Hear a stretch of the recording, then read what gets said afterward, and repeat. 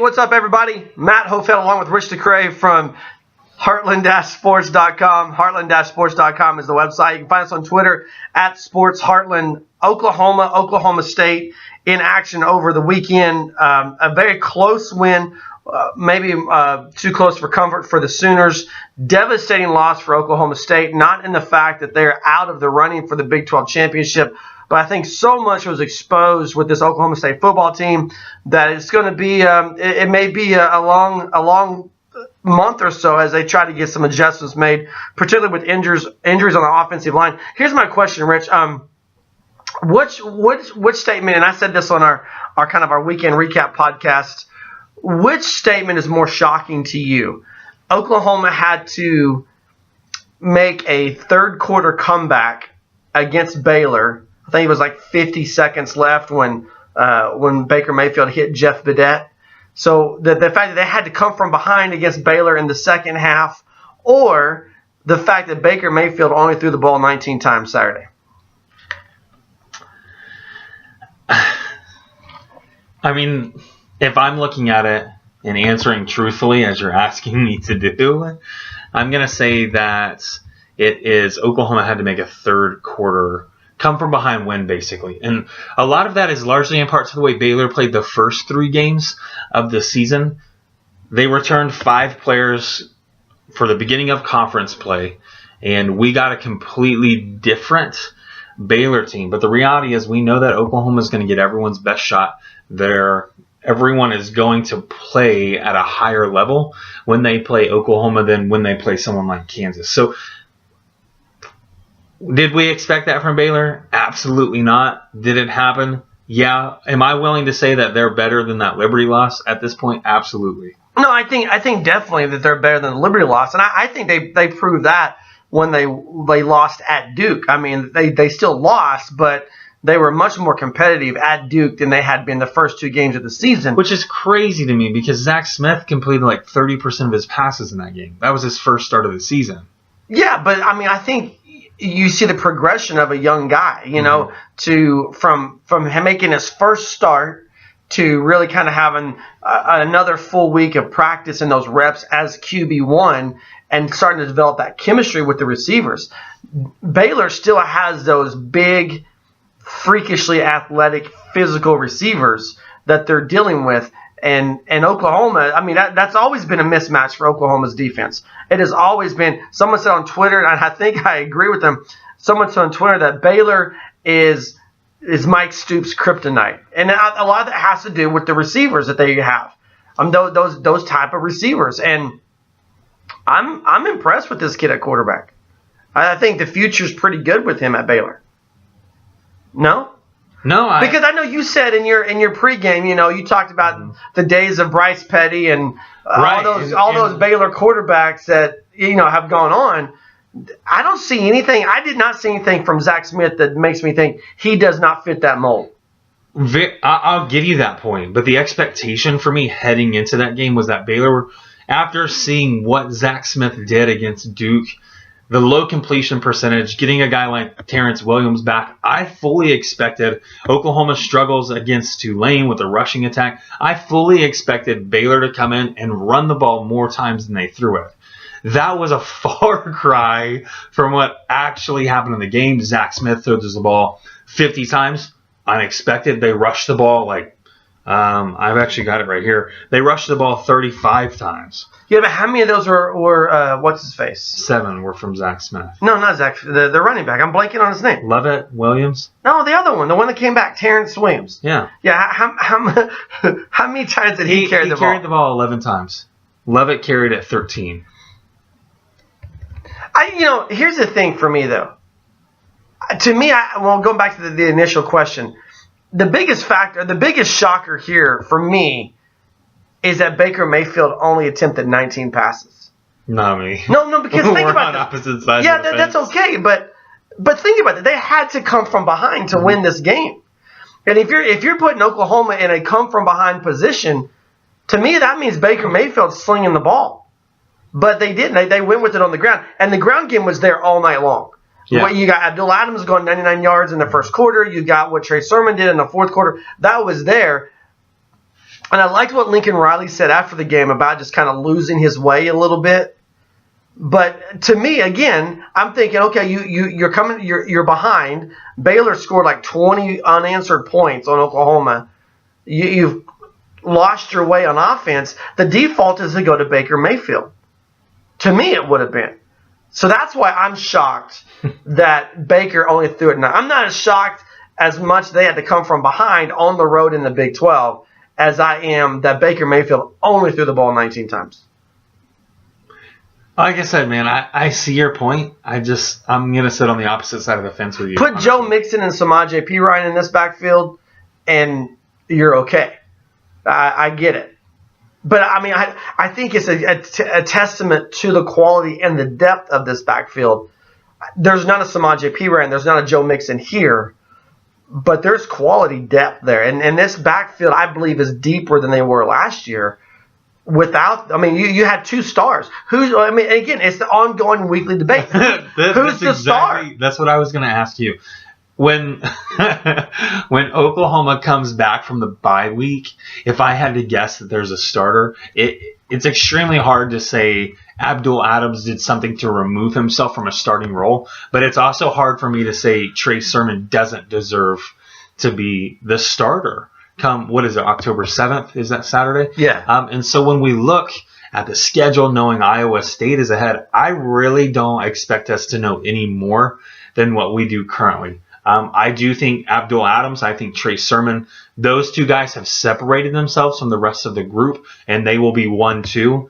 In what order? I don't know. But I definitely think at this point in time, those 2 guys have separated themselves, and they're ahead above a guy like Rodney Anderson as well as Marcellus. Well, Rodney Anderson didn't even touch the field Saturday, did he? I don't remember him being in the game.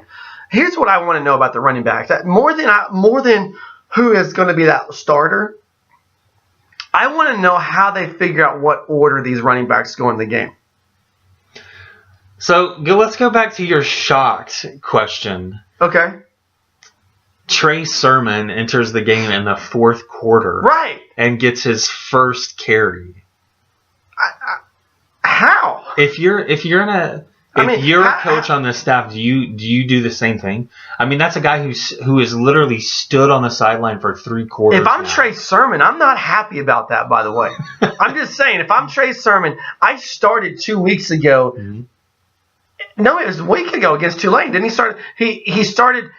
Abdul Adams started Ohio State. Trey Sermon started Tulane. Mm-hmm. So I started last week against Tulane, and now I don't even see the field until the 4th quarter. I'm not happy about that if I'm Trey Sermon. But everyone's happy with Trey Sermon's performance. They are. And, here's the thing. I don't know if you saw this or not, but do you know how many missed tackles Trey Sermon had? How many times he made a defender miss him? 12 times. There were 12 defenders that tried to over the course of his carries, there were 12 defenders who tried to tackle him and failed. Do you know how many times he carried the ball? Yeah, 12 times. Exactly. I mean, you talk about, a beast mode type performance. That's what you got from Trey Sermon. So was it him sitting on the sideline that long? You're saying you would be mad? Were we seeing a little bit in his style of running? Was he playing with this rage, playing on this edge, as people like to call it? No, I think he was playing angry. He was playing with a chip on his shoulder. Which is a good thing for him. I think it is. I think there's 2 things that make a running back great. Running backs can be good on talent, but I think there's 2 mental aspects that make them great. One of them is playing out of anger, and one of them is playing scared. Now hear me out on this. Adrian Peterson was a guy who played out of anger. If you tried to tackle Adrian Peterson, it made him mad. He was going to punish you for trying to tackle him. I mean, how many times do you remember Adrian Peterson over his career? How many times do you remember him trying to avoid contact? I remember even in the NFL. I remember his rookie year, the Vikings went to him and said, dude, you've got to stop. Run out of bounds. We want to protect you. We want you to have a long career. Adrian Peterson is angry that you're trying to tackle him. And we saw that from Trey Sermon. The other thing is that, Barry Sanders, don't get mad at me, Oklahoma fans, but Barry Sanders, in my opinion, the greatest running back to play football. And he's on record saying he didn't like to get hit. What made him so elusive, what made him the greatest of all time, he didn't like to get hit. He was scared to get hit. Quentin Griffin was the same way. He was a shifty little guy because he didn't like taking hits. But it's that talent and using that mentality that I don't want to get hit, so I'm going to literally run circles around you, or I'm angry at you, or I'm angry at this situation. I do believe that Trey Sermon had something to prove. And much like Abdul Adams. Think about the Tulane game. Abdul Adams was a starter in the biggest game of the season, loses that job because he fumbles, never comes back in the game. It was Trey Sermon after that. And then when he got in with Tulane, he earned the job back. Trey Sermon was very ineffective against Tulane, but Abdul Adams ran strong. And even, again, go back to Sutton's touchdown in that game and look at the block that Abdul Adams delivers to get Sutton into the end zone. So Sutton, Adams had something to prove. And now if they can figure out that perfect combination of using these guys, one of them's angry, one of them's trying to prove himself, and keep that mindset, these guys are going to be fun. And I got to give you credit for calling the running game to be what it was. I didn't think we'd get this out of the running game, but you had a lot more confidence in it than I did. So, if I'm Trey Sermon, I'm not happy that I got it. I didn't get in the game until the fourth quarter. If I'm the coaches, I'm happy that he runs well when he's angry, and I'm going to try to figure out how to make him angry every Saturday. Mm-hmm. And maybe that is letting him ride the pines for a little bit. I don't know. But, you got to be careful how often you make a kid angry as well, and make sure, I don't see all four of these running backs finishing their careers at Oklahoma. I don't either.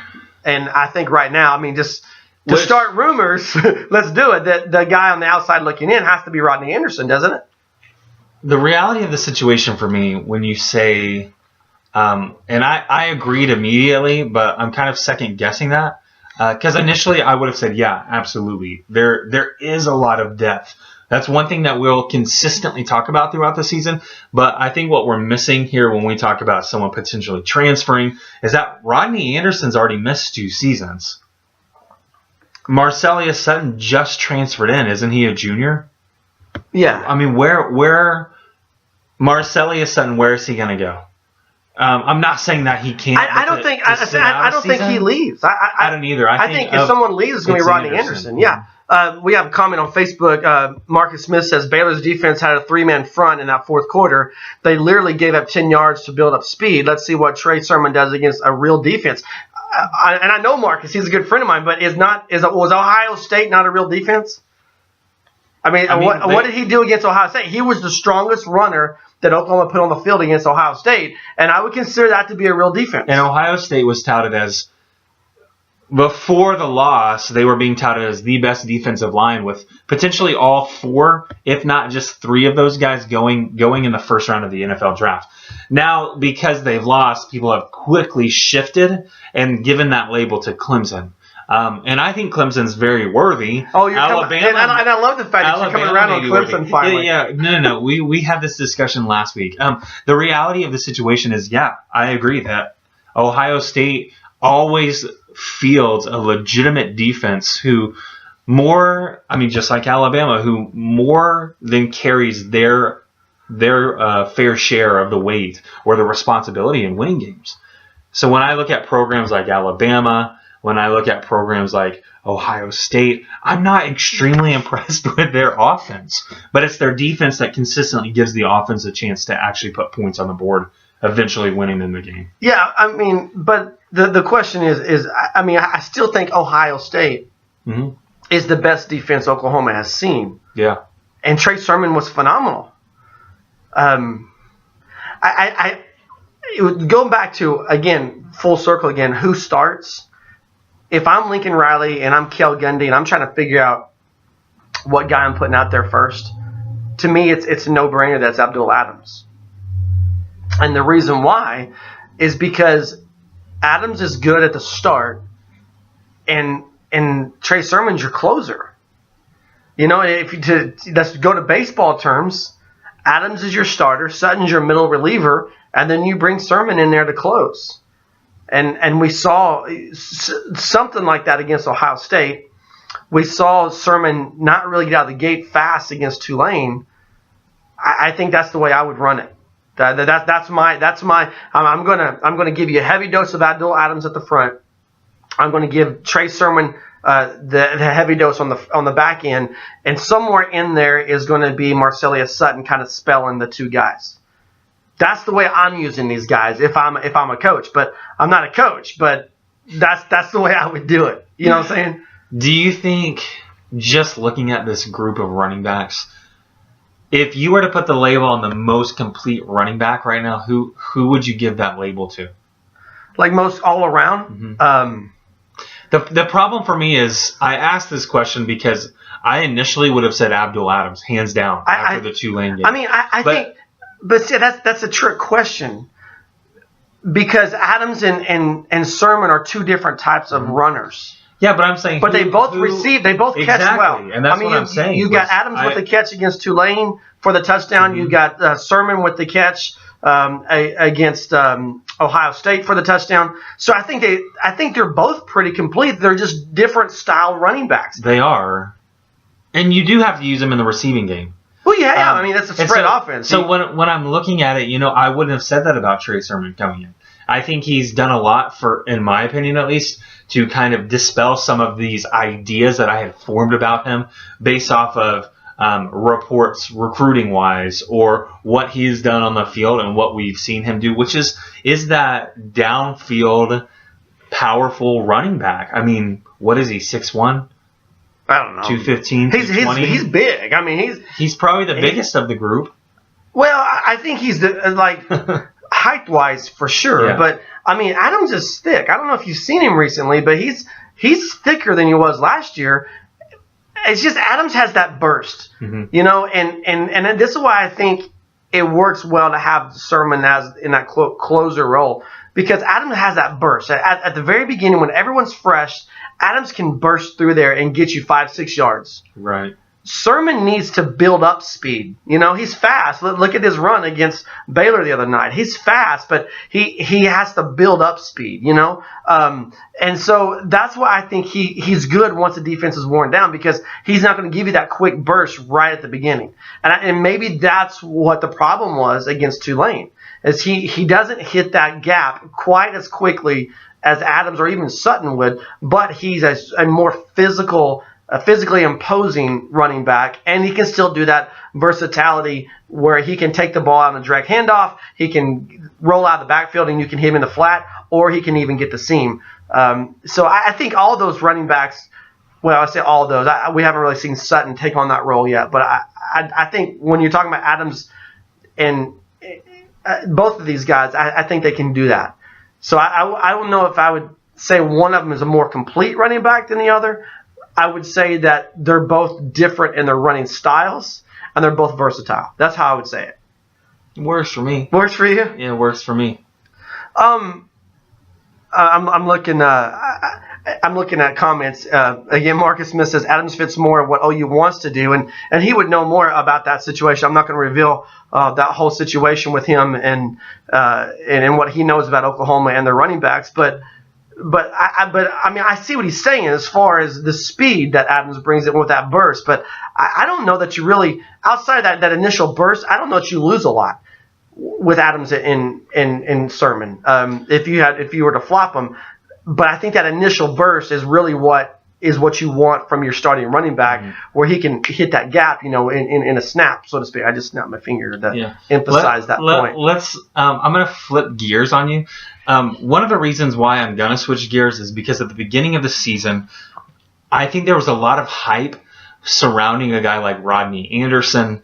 We're 4 games through the season at this point. We're a third of the way through, and we're seeing that Anderson isn't necessarily having the impact many people expected him to, as being a guy who is a third year in the system, who's had that experience around the program and the weight room, et cetera, et cetera. I wanted to look at the receivers because entering this season, I don't know that there were hardly any expectations for that group. And now to see what we've gotten on the field, you talk about expectations for the receivers? Receivers, yeah. Yeah, I disagree on that. I think there were expectations. Okay, such as? Well, you got Mark Andrews, and he was the guy that people kind of thought would be that go-to receiver. You especially thought that. Jeff Badette came in with a lot of accolades, and the knock against Jeff Badette was, he did that against the SEC. Let's see what happens when he gets into defenses that are built for speed. And I don't think Jeff Badette has been a disappointment at all. I don't either. And let me ask you this: I was even actually shocked a little bit when he catches that touchdown pass from Baker Mayfield. Once the reality hit me that was his first touchdown of the season. He's been so active in this offense that I was like, wait, that's the first time he's scored. And then CeeDee Lamb had a lot of hype. So I don't know that to say that there weren't any expectations. The expectation was this group's got to find a way to pick up where last year's group left off, especially losing a guy like D.D. Westbrook. But the expectation was there that they would do something because you can't.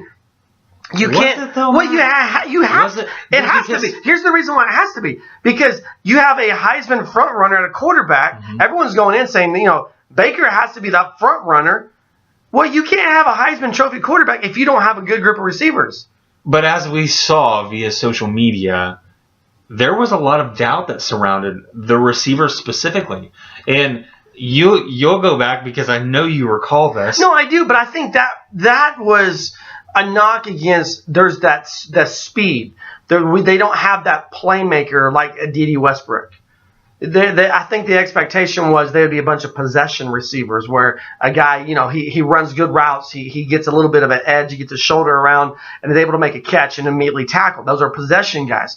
And I think Baker's defense was, no. You don't know what we have, but you're about to find out. We've got speed guys. And Baker was absolutely right. I mean, this crop of receivers, much like the running backs, is a really good group of receivers. And the fact that you've got a guy like CeeDee Lamb, who's a youngster, it only gives you, more excitement for next year. Now, go ahead. Sorry, I'm hijacking your point. You're good because what I was looking at was Marquise Brown wins Newcomer of the Week last week. Yeah, I've got thoughts on Marquise Brown, but go ahead. Okay. So, but you had Baker Mayfield won. I thought Trey Sermon was Newcomer of the Week. He was this week. Oh, you're talking Marquise Brown was okay. last Yeah, week. you're talking about Baker Mayfield was the 2 weeks prior, not Newcomer, but Offensive Player of the Week. And so we're looking at all these offensive weapons, and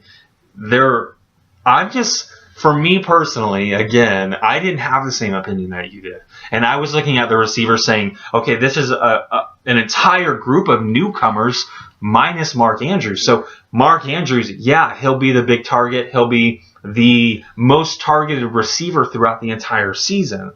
I don't know that that's going to be the case anymore. And I don't know that was ever going to be the case. It was just my expectation because I didn't know what we had in these newcomers, including Jeff Badette. So you have these three guys, Brown, Badette, Lamb, have never caught a pass from Baker Mayfield in competition before. So, again, expectations-wise, I just didn't think that there was any pressure on them, and it's really allowed them to come into their own and not have to say, well, we aren't living up to what many people thought we would, or maybe we're exceeding those, et cetera, because there weren't any. I think we're seeing the product that we see now. You know what the wild card is in all this, right? No. What makes it all click? No. Is Dimitri Flowers. Because think about this for a second. You've got that mismatch with Mark Andrews. When we saw that in his touchdown catch against Baylor, that was just there's nothing that defender could have done. Mark Andrews was too big, too strong for a defensive back to handle, and he's too fast for a linebacker to handle. Mark Andrews, people don't get this really by seeing him on television. Mark Andrews is a big dude.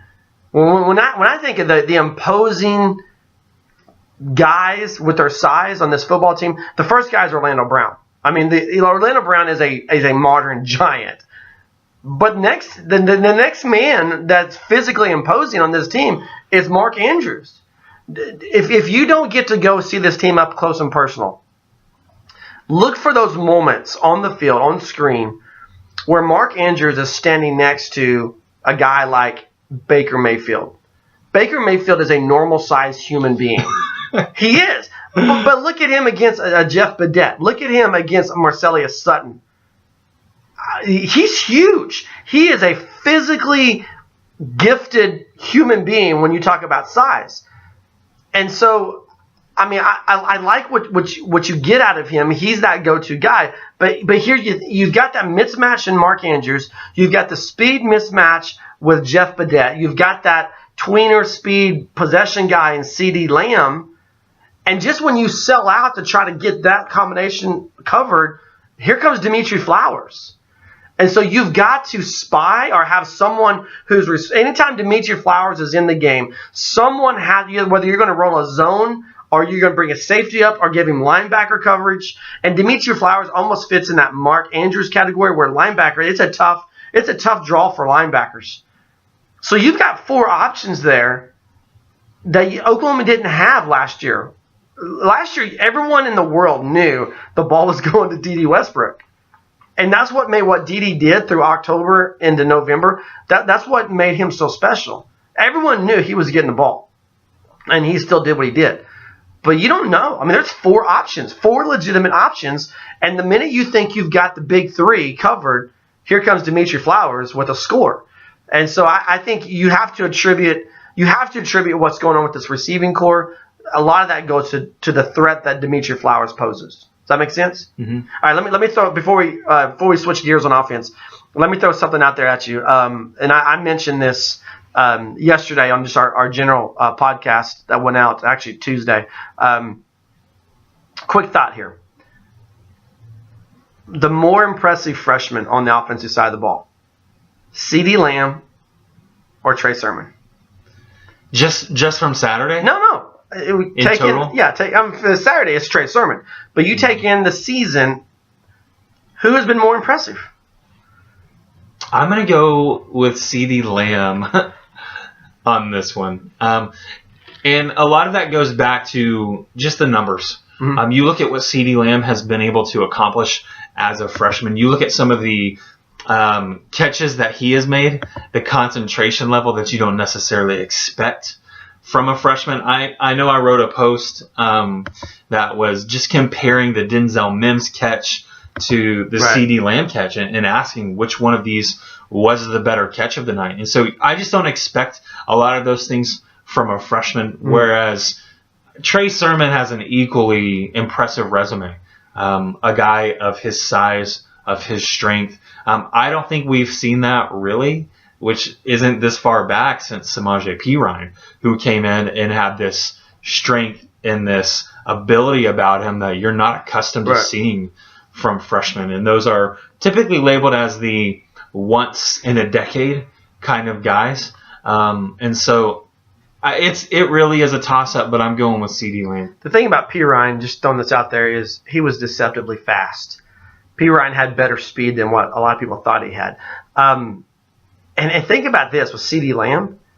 Imagine if he was not ejected against Tulane. Right, that's what I'm saying. I mean, if he was able to play a complete game or as much as the starters played in that game, I think it would. It's extremely close now between the two. I mean, they're both gifted. They're both impact players.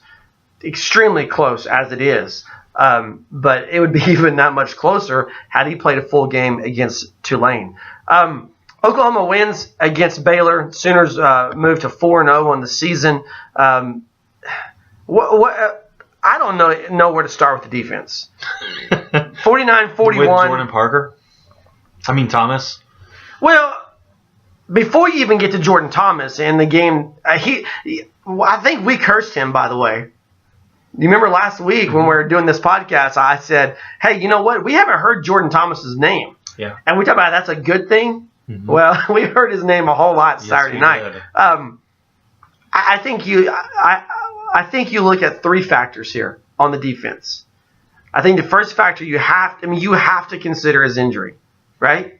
Mm-hmm. You look at Matt Romar not being in there, and I think Will Johnson in the secondary. I don't know that Matt Romar's absence had any say on the defense. I do. I think it does because you're not getting that initial push, And even with Lampkin in there, you think there's this giant yeah, gap? absolutely, Okay. for sure. I mean, again, not a knock against Devontae Lampkin, but there's a big difference between Lampkin and Romar. Okay. To me, the two times this season that the defense has looked the worst, that opening drive against UTEP, and then, 3 times. Opening drive against UTEP, the first couple of drives where Tulane had, and all night Saturday. The key factor there is you don't have Matt Romar in there. And where that makes a difference is it makes a difference in what your safeties do. Because Matt Romar is that guy who clogs up the middle. And so your safeties have to pay more attention to the running game because you don't have that guy in there who's gonna open up those lanes for the linebackers to play gap assignments. I mean, you have to give more attention to what your running game is if you're a safety. So I think Matt Romar has a big deal to do with it. I think Will Johnson, he's missed more than people expected him to be missed. So that's the first factor is injury. The second factor I look at it is experience. When you look at this is Oklahoma, their first shot at a Big 12 offense. The first 3 offenses they played were vastly different than what Baylor brought to the table. UTEP was different. Ohio State was extremely different. Tulane, you won't see another offense like Tulane all season long, but this was it. This is your first shot at that spread, quick strike attack. And I wasn't a big fan of what Mike Stoops did by having the defensive backs drop so far in coverage, especially on 3rd and short. I've never been a fan of that. If you have NFL caliber cornerbacks, which everyone says Oklahoma does, then press them. Bring them on 3rd and short. Bring those guys up. If they're NFL caliber cornerbacks, they shouldn't get on 3rd and 6. They shouldn't be lined up 8 yards deep. That's just my opinion. Again, right. I'm not a coach. I'm not paid to coach. But if you're an NFL guy, which people say Jordan Thomas is, Parnell Motley is shaping up to be even better than Jordan Thomas. If you listen to what everyone's saying, then why are you playing them 8 yards deep on 3rd and 6? I don't get that. Press them 3rd and 6. Make the quarterback go to his 2nd or 3rd option. And when the quarterback has to go to 2nd, 3rd read, you have more time. To me, what that says is we don't feel like our defensive line can get to the quarterback before he makes his 2nd or 3rd read. That's the way I read that. And so, I mean, think about it. You're a quarterback. You need 6 yards, and you see a defensive back lined up 8 to 10 yards deep. What do? Because a defensive back, his first job was always going to be to backpedal. Mm-hmm. So he may be 8 to 10 yards deep at the snap. Well, by the time the ball gets in his hand, he's 13 to 15 yards deep. You only need 6. So you run to the sticks, you turn around, and there's the pass. I've never got that, and I'm a Mike Stoops fan. I'm not a Mike Stoops basher. I think Mike Stoops is always the easy scapegoat because you look at what Brent Venables is doing in Clemson, and I think it makes him the easy target when things don't go right. But I don't get that as far as the defense. Go ahead. I'm going to go back to one thing that you said, and it's that Baylor's receivers have always been Mike Stoops' kryptonite. They have been. And that I think we saw that. There was a very specific play, and I know this is Baylor's playing from behind at this point in time, and they're looking to get that first down. And I believe we're talking about the same play. I couldn't tell you when it happened. I couldn't tell you what yard line it was at, but I do remember. And I looked up, and I said to my brother, I said this. I said, watch the top of the screen because when Jordan Thomas is playing with that cushion, mm-hmm. I said Baylor's going to get the first down off of that receiver right there. Right. And so sure enough, they snap the ball. He runs hard and then just puts the brakes on, turns around, ball comes right to him, first down. I mean, he didn't get a lot of extra yardage. No, but he continues the drive. Yeah, it continues that drive, which is huge. And so I don't get it either. Baylor, I think, has some extremely speedy receivers, but one of the things I wanted to look at was, is Jordan Thomas injured? We saw him on that kickoff where he's running down the field. He's the guy who his lane is now open mm-hmm. because he's laying on the ground, and we see 40-something yard return. Right. Well, Jordan Thomas just laying there, it may have been a punt. That was his lane. And then the next thing we know, well, he was crawling. Give him credit. He wasn't just laying there. He was crawling. He was trying to get the next thing. I don't think I saw he that was at crawling, all. Yeah, it was a holding of an ankle. He's on the ground and he's rolling. The holding of the ankle happened after the guy ran by him, but he's still crawling. He's still trying. But then, I mean, it wasn't too much later that he's covering a route, a receiver, and he just falls down again. Well, holds that same ankle. He's clearly hurt. I mean, and even Lincoln Riley said it. They said it's an ankle sprain. Now, whether it's a high ankle sprain or a low grade sprain, I don't know. I mean, hopefully it's something that you stay off of it this week during the bye. You take a light week of practice next week, and then you hit Iowa State. But he was struggling before that. He was. I mean, he struggled. I don't think you can say, well, he was hurt and that's why the struggles came. No, he struggled before that. And where I think, I mean, I hate to say this because I'm high on Jordan Thomas, but where I think Jordan Thomas struggles is in the physicality of the game. He's a great cover guy, and this is the only way you can make this comparison is in this area. But I mean, again, you're a baby, so you don't remember Deion Sanders. But Deion Sanders was a great cover guy. But if you needed someone to be physical, Deion Sanders was not that man. And Deion Sanders struggled with physical receivers. And I think Jordan Thomas does as well. I think he struggles against a physical guy. And Baylor doesn't have just one. They had three big physical guys, and that just doesn't play towards Jordan Thomas's strength. Well, and I will say I did notice, I don't know if you took notice of this, but Denzel Mims was lighting up the secondary. So they eventually switched Parnell Motley. They switched sides of the field. Right. And so Motley was all of a sudden on Mims, and it didn't last very long. They switched him right back.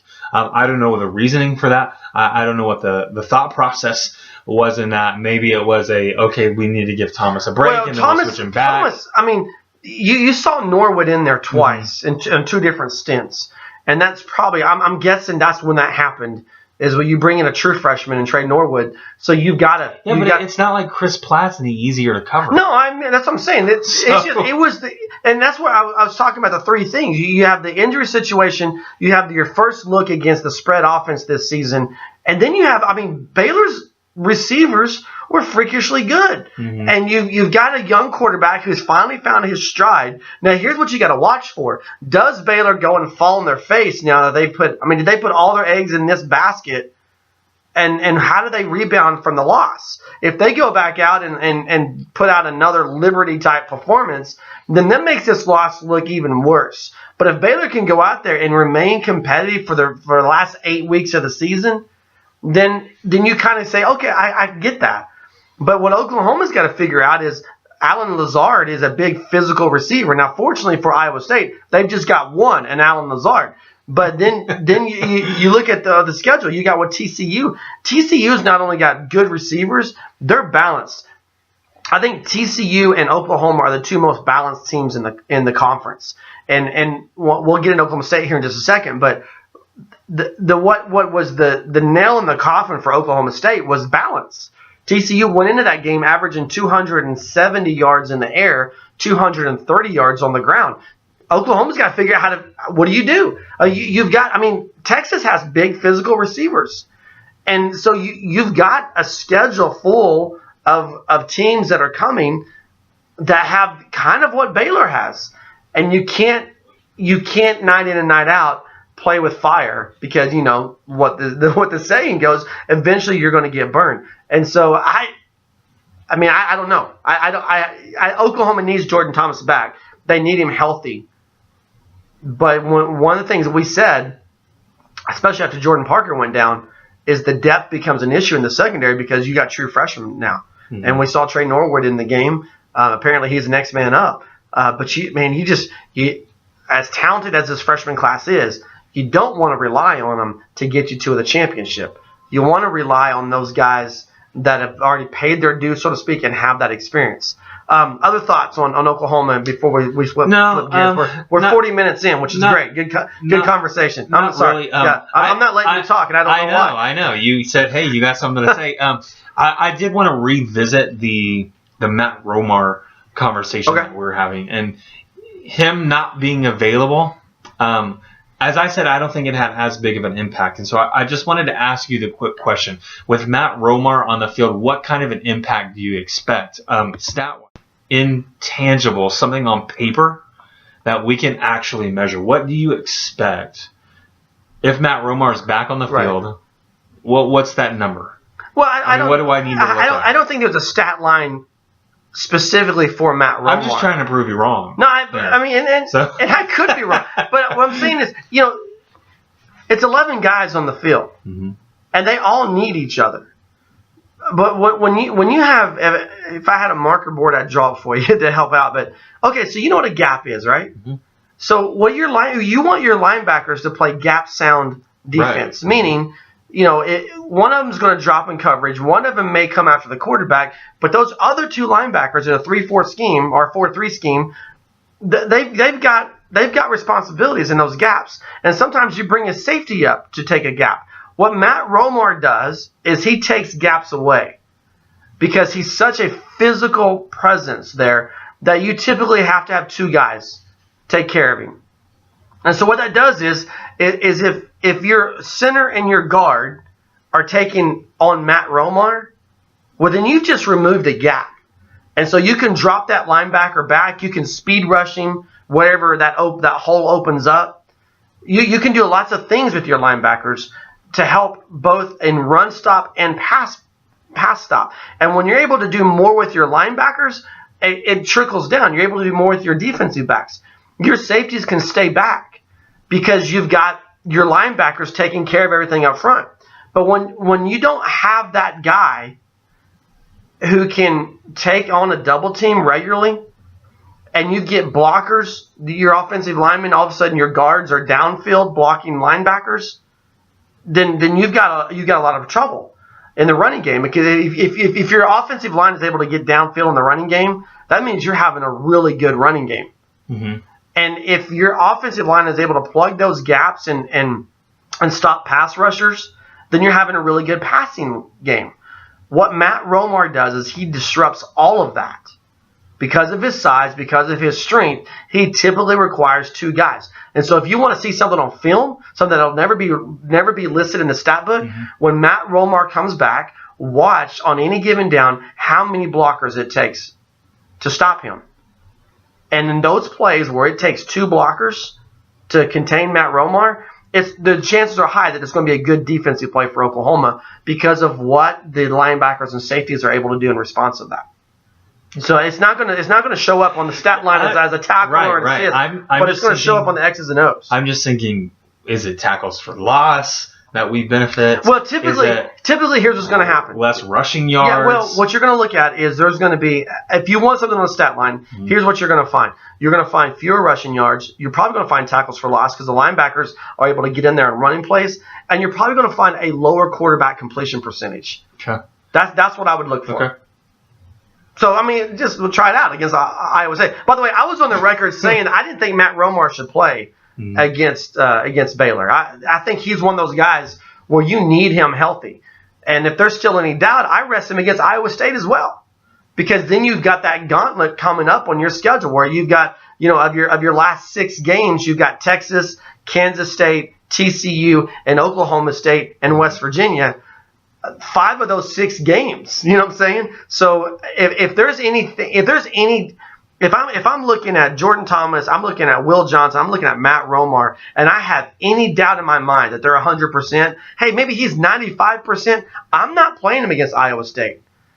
I take my chances on another shootout type win because I want those guys for that gauntlet of the back half of the schedule. Because the only give me, so to speak, is Kansas on the back half of the schedule. So I don't play them again if there's any doubt in my mind that they're not healthy. Oklahoma State. Thoughts?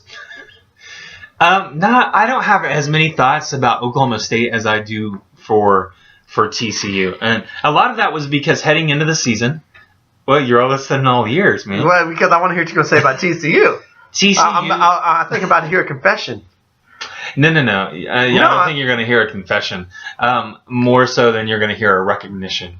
Okay? That's the same thing. No, they're not. So check it out. With Kenny Hill, Watching him play at Texas A&M, he had that fast start to the season, and then everything came crashing down for him. Transfers to TCU, and every single season when stuff goes right, Kenny Hill found a way to screw things out. And that's just been his persona since joining the Big 12. So it's hard for me, just because it's the beginning of a new season, for me to say, okay, well, those issues are gone. That's not Kenny Hill anymore. Those issues, to me, should still exist. And I think against Oklahoma State, we really saw a turning of the page. We saw Kenny Hill turn into a guy who actually managed the game and played with maturity and poise that we haven't seen him play with before. He played like an upperclassman. He did, which, again, I expected that last season from him, and it didn't happen. So needless to say, Kenny Hill, I think, has made tremendous progress, which has allowed TCU to become the team that they are today, and allowed them to pull off that upset in Stillwater. Yeah, I think it was the perfect storm for Oklahoma State, and I don't think Oklahoma State defensively or offensively is as bad as what we saw on Saturday. When I look at that game and I watched it, the biggest takeaway for me, the biggest thing, if I'm Mike Gundy and I'm the coaching staff and I look at the film, the first thing I'm saying we got to correct is the turnovers. And Mason Rudolph, when I did the Fox Radio this morning, we talked about Mason Rudolph, and Mason Rudolph is not falling in the Heisman race because Oklahoma State lost. You've seen guys come off a loss and still have that respect because they throw for 500 yards or whatever. Lamar Jackson, 3 losses on their record? So the reason why Mason Rudolph is falling in the Heisman race is because of turnovers. He keeps turning the ball over. Which, by the way, baffles me because Sam Darnold, same way. Yeah, but he's falling too. I think Sam Darnold will eventually come back around because USC is going to have another signature win. But there's just, I mean, you think it comes this weekend? I don't know. Who are they playing this weekend? Washington State. No, that could be fun. That could be a shootout. But, you know, I'm thinking Oregon, and, of course, Oregon lost over the weekend. I mean, just the Pac-12 is trash. I hate to keep coming out and saying that, but the Pac-12 is trash right now. If you rank they asked me on radio this morning to rank the Power 5 conferences, and the easiest thing for me was to put the Pac-12 at 5. You know, but here's the reason why Mason Rudolph is falling is because of his turnovers. 3 turnovers on Saturday, 2 interceptions and 1 fumble, and when you look at it, you know, he fumbled again. He fumbled against Tulsa as well in the season opener. The reason why he's fumbling is because he's trying to do things that aren't in his skill set. There was one play, I don't know if you saw the game.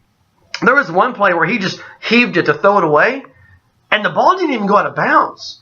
I mean, it could have been intercepted because when you throw the ball away, you want that ball to land in the third row of the stands. Mm-hmm. It still landed in bounds. He's not making decisions under pressure that are great decisions. Under pressure, he's making decisions that make you go, what in the world was going through your mind? And people look at the Heisman Trophy candidates. Under pressure, are you giving yourself the opportunity to win games? And even though you don't win, for example, Lamar Jackson, do you give your team the opportunity? And when you're giving the ball away, like a Sam Darnold, you're giving the ball away like what we've seen in Mason Rudolph, the Heisman voters see that. And when these polls come out, they're like, dude, Mason Rudolph is a talent, but he gave the ball away 3 times on Saturday, and they lost. That's why he's fallen. My question for you, Matt, was the entire time we were leading up to the season, there was a term that you used, and that was Mason Rudolph is the best NFL prospect quarterback in the Big 12. Does that still hold true for you? For sure. Okay. I think so. And the same reason Sam Darnold is still the overall top quarterback prospect in college football is it's based off of the word prospect means potential. Mm-hmm. And when you look at Mason Rudolph's arm strength and you look at his size, NFL executives are going to fall in love with that. And those NFL executives, they're going to say, hey, we're going to take this kid and we're going to teach him to make better decisions. Where he's not going to have to scramble as much in the NFL. We're going to put an offensive line around him. He's going to be a pocket passer. So that doesn't change at all. I will tell you that I do consider Baker Mayfield a better pro prospect than I did coming into the season based off of arm strength. Baker Mayfield's arm strength has increased from 2 seasons ago to last season to this season. Kid has a cannon, and he's worked. He's put on a lot in the weight room. Yeah, he's worked to develop that arm strength, and I think that's what's going to get him more of a look. Baker Mayfield, to me, has gone from being a late-round free agent signee to a mid-round draft pick. I thought it was funny because I was watching the broadcast of Baylor and Oklahoma, and I know we're not talking about Oklahoma at this point anymore, but Baker Mayfield's name has surfaced, so I'm going to throw this out there, and they said standing next to him on the field, he's built like a running back. Mm-hmm. And I know that's not a typical comment that you say of a quarterback, but when it's a mobile quarterback, come on, is it really that big of a surprise? A guy who is willing to put it all on the line when it matters most and take that hit, he's got to be built like a running back. Right. Because he's not going to shy away from contact, whereas typically you would see, who's that kid that's playing at Florida State? I don't know his name. Right. Weighs 168 pounds. Yeah. I'm like, he's going to get snapped into. Well, and because Florida State has done a terrible job of protecting quarterbacks. So I'm going to go ahead and tell you that the odds are that kid does not survive the season healthy. He's going to miss a game or two, and then Florida State's going to be at QB3. Baker Mayfield is going to struggle with the same thing that all the other quarterbacks in his mold have struggled with. Whether it's Robert Griffin III, Johnny Manziel in recent years, is he can't run around in the NFL like he does in college, and so they're going to have to tame him in the NFL. And I don't know. Again, age difference here. Doug Flutie is the guy that they were able to tame. Not initially. Doug Flutie came into the NFL with the Chicago Bears and did all the things that he did at Boston College, and he left the NFL because they just we can't use you playing like that. Mm-hmm. So then he goes to Canada and becomes a star, and he comes back into the NFL, and he has a decent career. On his second time around. Doug Flutie's one of the most recognizable names. I'm just saying, some guys can make that swap, but the fact that we have to go all the way back to Doug Flutie makes you think, man, it's hard. It's hard. Well, I feel like Russell Wilson played that. Russell Wilson might be a good example. I don't think he was as mobile as what we've seen out of Johnny Manziel, Baker. Right. Deshaun Watson may be an option. Deshaun Watson's still running a lot, but he has to. Right. Well, it's a different story in Houston. But that's going to be Baker's struggle. But I definitely think if a guy like Johnny Manziel can get a shot, there's no reason why Baker can't. Right. Just hopefully it's not with Cleveland. Hopefully it's not in a situation like that, and you don't have the party life with Baker that you have with Johnny. Now, here's what I want to know, though, and I apologize to the OSU portion of the podcast, but real quick, we'll come back to OSU in just a second. Real fast, Baker Mayfield's antics, planting the flag in Columbus. You forgot who your daddy is last week in Waco, the personal foul, and then after the personal foul, still taunting the crowd when he throws the touchdown. Does that wear on you? I mean, does that factor into you at all? If you were a Heisman voter, would you put any weight on that? It doesn't. And the reason why I say that is because all of those antics happen across the nation. Mm-hmm. Baker Mayfield's just been in the spotlight for 3 years. I mean, 2 years ago he finished 4th in the Heisman race. Last year it was 3rd. Of course, we have the question marks this year. He has that spotlight on him, which is why people are so critical. But that stuff happens everywhere. Right. Whether we're willing to admit that or not. Think about North Carolina. Didn't North Carolina come in and beat Florida State? Knock them out of the rankings this weekend? Yeah. North Carolina comes in, and what happens? People are... Or was it NC State? NC State, yeah. Yeah. That's what I said, right? North Carolina State? State? For sure. Yeah, you just left off the state. Oh, my bad. NC State comes in, and there are players being filmed spitting on the Seminole. Right. I get it. It's not planting a flag there, but how is that not considered taunting someone? Mm-hmm. It is very much so. And again, it doesn't get as much media coverage because I can't tell you that player's name. There's video of it. Right. What did it show up on ESPN? Yeah, but it's not something that's going to continuously be talked about. Needless to say, does it weigh on me? Absolutely not. And I don't think it should have any bearing because what we're looking for is the best college football player. Mm-hmm. It doesn't matter what the antics are. Right. And I think that the one caveat to that, wait a minute. There's one thing we need to point out here is drawing the 15-yard penalty. I think at that point, that's where Lincoln Riley is going to say, look, dude, and you can't hurt the team. Did he not have a total earful? No, he didn't. Yes, he. No, even if you go back to what Lincoln Riley said after the game. Lincoln Riley said, "Hey, what's best for our team at that moment? I've got to do what's best for our team. Is the best thing for our team for me just to unload on Baker Mayfield, or is the best thing for our team for me to get set up for the next play?" And they got set up for the next play, and the next play was a touchdown. Lincoln Riley when said, he came to the sideline, Baker Mayfield was walking, and Lincoln Riley came up right behind him. Oh, I know, but I'm saying, Baker Mayfield here's my question: is being turned around by Lincoln Riley. Here's my question, though: was that as severe as what would have happened if the last name was Stoops? I don't know. I don't think it was. I think Lincoln Riley's going to talk to Baker this week, and Lincoln Riley even said after the game, "I'll get him," meaning it's going to happen. And I think when you look at the playing the flag, when you look at what happens on Twitter and Instagram, you look at what happened in pregame. That's all Baker Mayfield. You got to take Baker Mayfield for who he is. Mm-hmm. You can't remove a part of it. You either have all of Baker Mayfield or you don't have any of Baker Mayfield, in my opinion. And that's why I was opposed to the apology after Ohio State, because that apology was not Baker Mayfield. And he proved it afterwards by saying, yeah, I don't regret it. I'd do it again. But when you cost your team 15 yards, at that point, that's when I step in, and that's why we'll see Lincoln Riley step in and say, dude, you got to keep it right under check.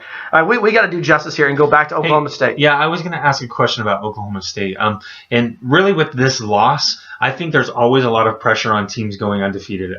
When you've got a quarterback like Mason Rudolph, when you've got receivers like James Washington, you've got Eatman out there, NFL caliber talent all over the field, Justice Hill in the backfield. They're loaded on the offensive side of the ball. There's no questions about that. But going ahead, I don't want to say taking a loss, because no team sets out to lose any game of the season. That's not the objective. But with that loss, does it take a lot of the pressure off of them? And will we see a team that comes into, say, the Bedlam game with this new tenacity? I think it adds more pressure. And here's the reason why. First of all, I think when you go back to this loss, you have to acknowledge the offensive line. The offensive line was the key to this loss taking place, particularly the right side of the line where they're down 2 starters. Now 1 starter's out for the season. The fact that TCU could limit Oklahoma State's rushing attack without doing anything special. They didn't have to play more hats, so to speak, to stop the run game. The fact that they were able to get pressure on Mason Rudolph without doing anything special. They didn't have to put designated blitz packages. They didn't have to disguise blitzes. They were just able to get it under a normal scheme because of the weakness of the offensive line. That's what kind of limited what Oklahoma State could do. But I still think throughout this game, you saw that the moment was bigger than this Oklahoma State team. Not just with the players, but with the coaches. Think about this from this perspective. Oklahoma State finally gets going there late in the second half, and they're within arm's reach of TCU. They've got the ball. Mason Rudolph has gotten in stride. He's got good chemistry with the receivers all of a sudden. Rhythm, I guess, is the word to use there. And what do? They do a reverse pass where you've got a receiver throwing downfield instead of your All-American Heisman Trophy candidate quarterback.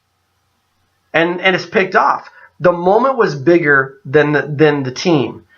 And they felt the pressure of needing to win because of all the preseason accolades, because everyone's saying they're a playoff team.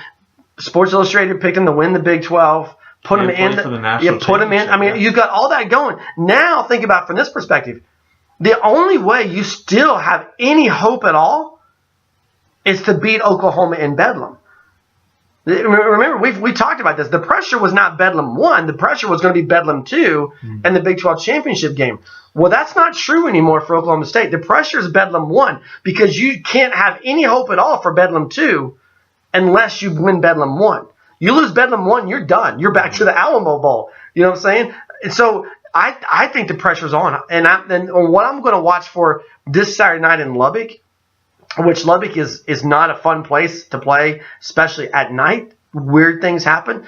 but I want to see how do they handle the pressure, because there is no room for error anymore on this team, and I think I'm ready to say Texas Tech is better than what I gave them credit for a month ago, but they're still not in that. They should not be in that same category as Oklahoma State, right? Unless Oklahoma State can't handle the pressure. Well, we've definitely, and I don't think it's just us. We've separated the Big 12 into thirds, and saying this is the upper echelon. I think TCU has crept into that when I said it was a two-horse race. TCU's definitely solidified themselves as part of that top three. Then you've got, Kansas State, West Virginia, Iowa State. I think you'd put Texas Tech in there at this point. And that's a great conversation. Top three: Oklahoma, TCU, Oklahoma State. Mm-hmm. And of course, our Big 12 power rankings will come out tonight. But when you look at that middle section, I think it's deeper than three, because I think you have to give Texas, even at 1 and 2, you have to give Texas some credit there. I think Texas Tech, Iowa State, Kansas State. Matt, I'm saying the middle could be all but Kansas and Baylor. I'm still not ready to put Baylor out of the middle. Into the middle. What Coach Rule's doing there, he's approaching things the right way. I'll give him that. I will tell you, I agree, and I will tell you, spoiler alert, on my power rankings, Baylor is no longer 10. Hey, there you go. Me too. That's turkey. That's all you're going to find out until you read the post. But Baylor's no longer 10 on my power rankings. Hey, we got to go. We're over time real fast. Thoughts? Oklahoma State, Texas Tech, Saturday night in Lubbock. You don't have to give me a score prediction, but I can give you a score prediction. But does Oklahoma State right the ship? I do think Oklahoma State bounces back with a loss. Kind of puts things into perspective for them. They know the areas that they need to work on moving forward. Specifically, you had mentioned the offensive line, which I think was their greatest weakness. Limiting turnovers would be weakness number 2. They're going to head into Lubbock, the Twilight Zone, if you will. Just expect it to be a rowdy crowd. I think they'll be ready to play, and I do think they win that one by at least 2 scores, if not 3. Okay. Mm-hmm. I want to. I'm not on board with Texas Tech being as good as everybody thinks they are. Well, I watched them for the very first time this weekend. I watched them against Houston, and I don't believe Houston is a slouch. I believe if Houston was in the Big 12, which they should be. I don't think Houston is the team they were last year. No, they're not the team they were last year, but if they were in the Big 12, they would be in that middle section. Okay. For sure. And then we're talking about that's where TCU belongs. I mean, Texas Tech belongs, maybe. Houston's not. I mean, Texas Tech was impressive, particularly defensively against Houston. Matt, I also picked Oklahoma State to win by like 20 points over TCU. I saw that on your Friday. Yeah, I saw that. I was like, I don't know. Okay, I think it's. That's what I said it on the podcast. I had to stick with it. Yeah, it's a limited slate of Big 12 games this weekend. Texas at Iowa State, Baylor at Kansas State, and then Oklahoma State, Texas Tech to close it out. I think it's going to be fun. I think all these games are going to be fun. I don't think Texas and Iowa State's going to be a blowout either side of the ball. I think that's a 3 to 7 point game. I think Baylor, what they've got rolling, can they take that into Kansas State? Kansas State's coming off a loss. Yeah, new confidence. Yeah, so absolutely. I think it's going to be a fun weekend in the Big 12 this weekend, just to see what happens. And they're all nationally televised games. ESPN for Texas, ESPN2 for Baylor, and then Oklahoma State on Fox. So it'll be a fun day to sit down and watch football all day, which is what I do every Saturday. So, all right, he's Rich. I'm Matt. Thanks for listening. Thanks for tuning in. Catch us heartland-sports.com, on Twitter at SportsHeartland. Thanks for listening. Facebook, give us more comments, and we'll talk to you soon. Have a great week, everybody. Time has come when I'll be gone.